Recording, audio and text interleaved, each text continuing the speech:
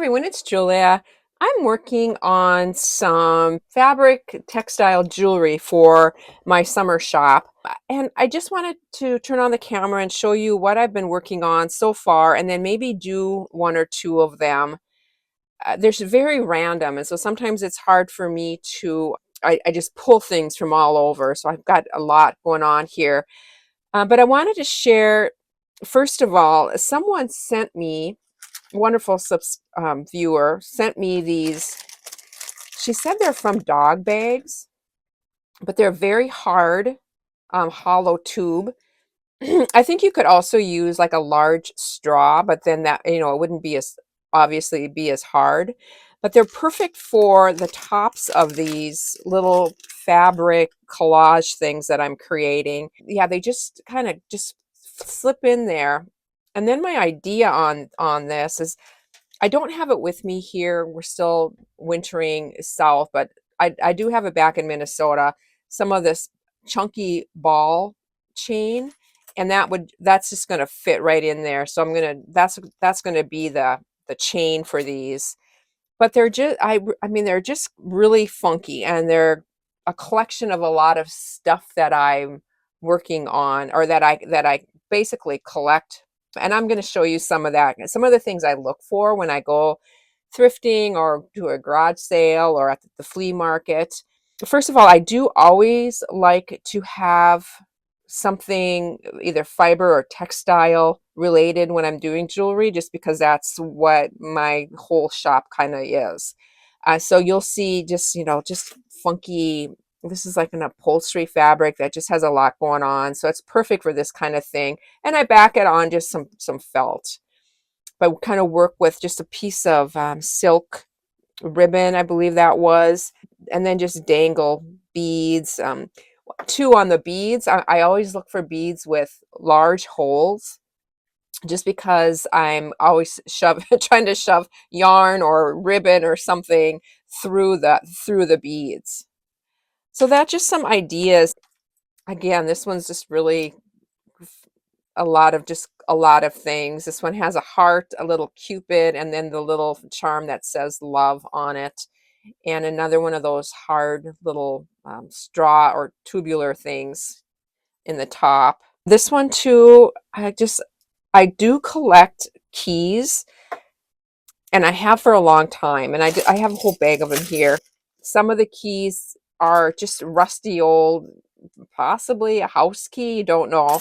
Some are really old skeleton keys, and and these, I mean, they're so fun. You can even do a vertical something hanging from it. So they're just really, interesting to work with. So I do collect those. Another thing, this is just a sweater knit too that I found. I believe I just at the thrift store, but it has a lot of texture to it. So I knew it would be just kind of cool for a base.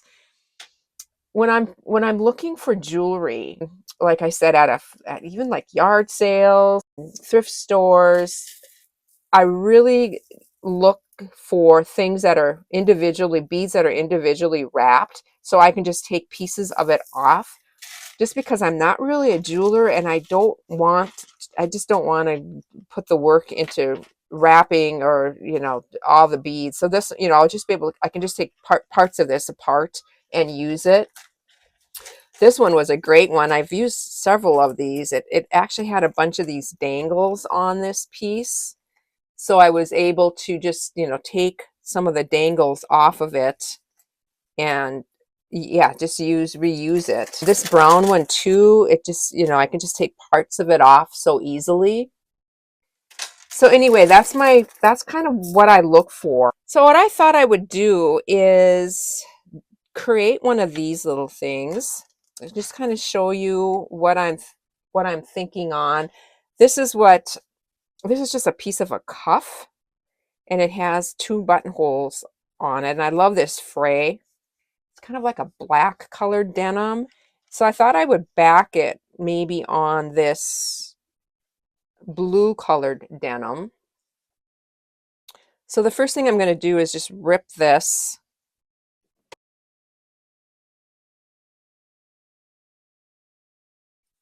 This is going to get folded under, and I'm going to, stick this tube in here. I have my sewing machine set right here too, so I'm going to just stitch this, I think, first.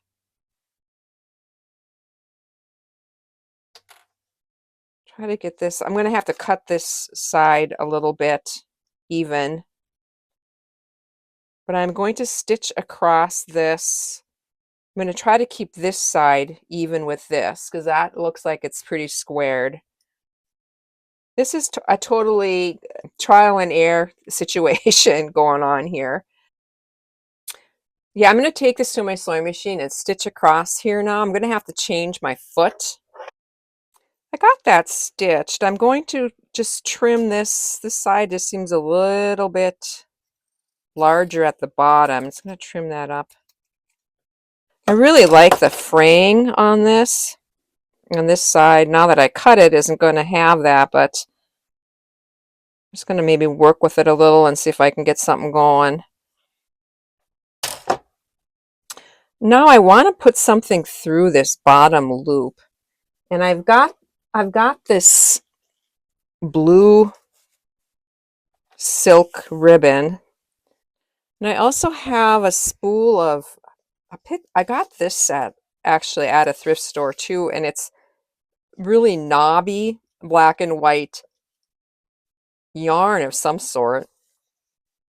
I'm gonna see if I'm gonna cut a piece of this too and see if I can just work both of this in through this bottom loop or bottom buttonhole.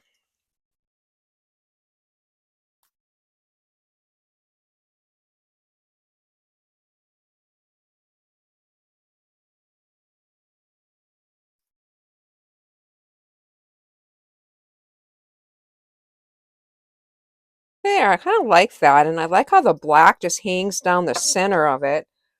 Maybe trim it a little on the bottom. I kind of like the fact that the black hangs a little bit longer.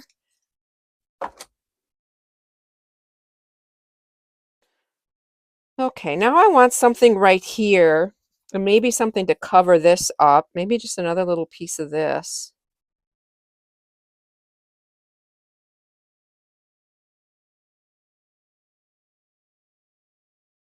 I'm always picking up scraps off my table, but I want to see if I can get this in here too, just to kind of cover that up, that top part. Now for this, I'm going to switch to invisible thread, and I'm going to free motion stitch this, kind of just do a catch, just to make sure everything is caught. Yeah, that's my next step, changing my thread, changing my foot again, getting that stitched on. This is a thread that I love using. It's just a Wonder Invisible thread. It is 100% nylon. I believe it could almost be like a lingerie thread. It's not at all like hard or anything. It's very soft, but it's quite strong. I do really like using this. I do have black thread on the my bobbin at bottom, and it is bobbin thread. It's a little bit lighter or finer weight. And I'm going to leave that color on. I don't think that's going to show or make a difference at all. Now on this machine, I sew on a Janome 8200 memory craft. It's an older machine. I've had it for about 15 years or so. And when I drop those feed dogs, the stitch length are automatically goes to 0. But if you have another type of machine or whatever you're using, and your machine doesn't do that when you drop your feed dogs, you want to put your stitch length at 0 when you free motion stitch.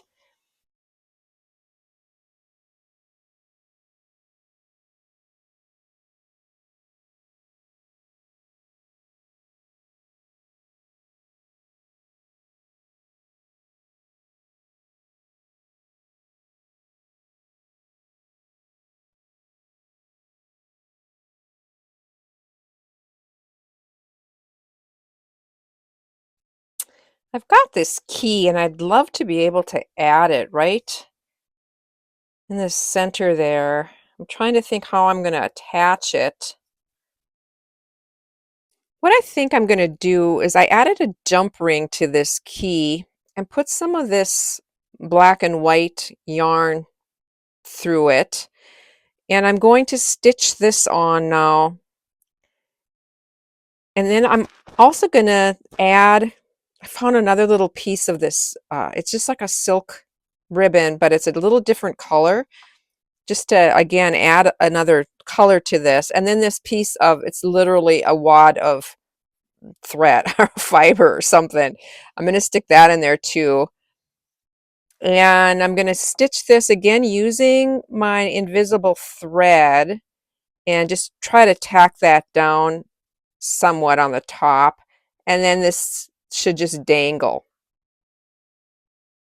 So back to my sewing machine, and I'm going to get this stitched into place with just some random stitches just to try to get it stitched down into some kind of a system where it doesn't unravel and doesn't come off. Okay, I like this. I'm missing something right here, so I'm just going to keep adding, just a little off-centered.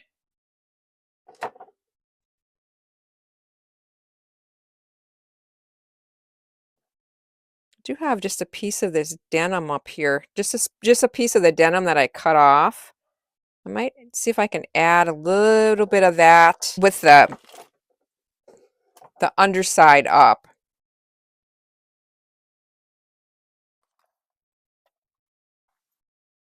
There. I do like that. And I think this one is complete now, except for the cord or the chain. And I'm going to use that ball chain, but in a silver tone, I believe. And I think, yeah, I like it. Now, I would wear this in the summertime with just a pair of jeans and a white t-shirt. I just think that would be really just, just as a statement piece, but yet real casual. I wanted to mention too, I mean, if you follow my channel for a while, I do a lot of free motion stitching. Particular foot that I have on right now, darner foot, and it came with my machine. And it's a little bit different than the other free motion foot, which is more of the quilting foot. This one I find is the darner foot adjusts better. It has a spring on it, so it adjusts better to when I'm doing all these layers. I can just put something underneath it, and it tends to just, I can. Whereas the quilting foot is more if you have like a flat sandwich. So there's just a little bit of a difference between the two. So just something to keep in mind. If your machine doesn't come with a free motion foot, I would recommend asking a sewing machine dealer to get the correct foot for your machine. Okay, this is what I'm gonna create next. I just have like a piece of leather lacing for the cord and a couple beads. This is a piece of broken jewelry. Then, like I said, they're individually wrapped, so I don't have to create that myself. I just take jewelry apart and attach it. And then some more of my silk sari ribbon. These little, I'm not sure where I picked them up, but I've had them forever, and they're just rings, and they do have a hole in, so it's easy to put a jump ring in there. So this is what that is. So I'm going to use that. This one, I think I'm going to try to do more I have a gray ribbon, and then do some more of this. So to make it more of like a black and white. I also have some of this kind of stuff too that I might use for the bead to hang down. So I'll see what I can come up with.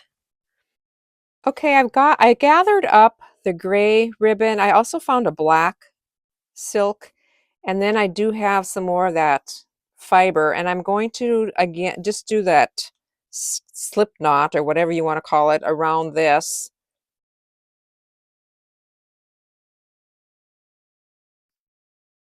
I'm going to cut this off. It's a little bit long. And now I'm going to use one of my large jump rings.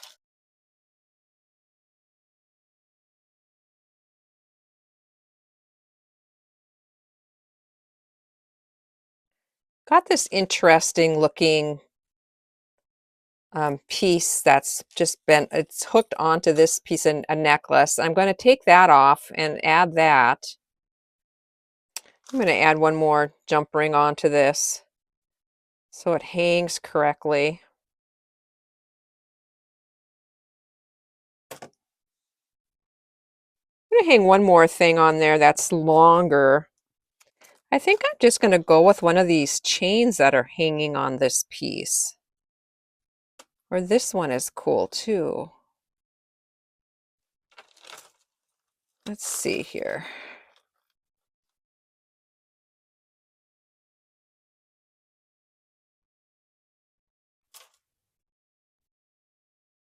Ooh, I love this one. Okay, I'm going to do this one. You see that? It just is a cluster of really fine chains, but they have that gray kind of look to them. Gray silver look. I'm going to grab that one off of there.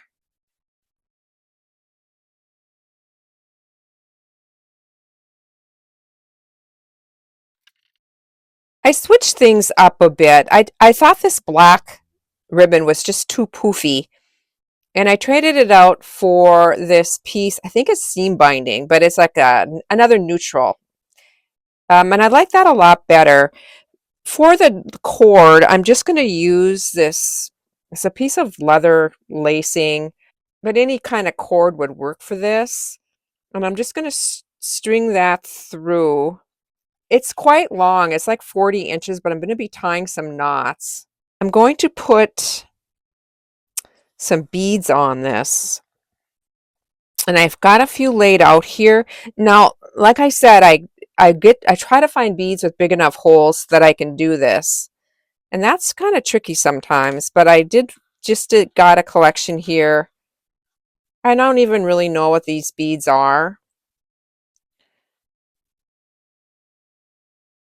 I'm just more concerned of things that's going to work for what I do. I've got the beads on how I want them, and I'm just going to get them even and tie a knot beginning of each of these beads just so they don't move around and keeps everything nice and tight on there. And then I'm going to tie a knot right at the end of this. And then if that can be adjusted, if anybody wants it shorter or longer, they can adjust this knot.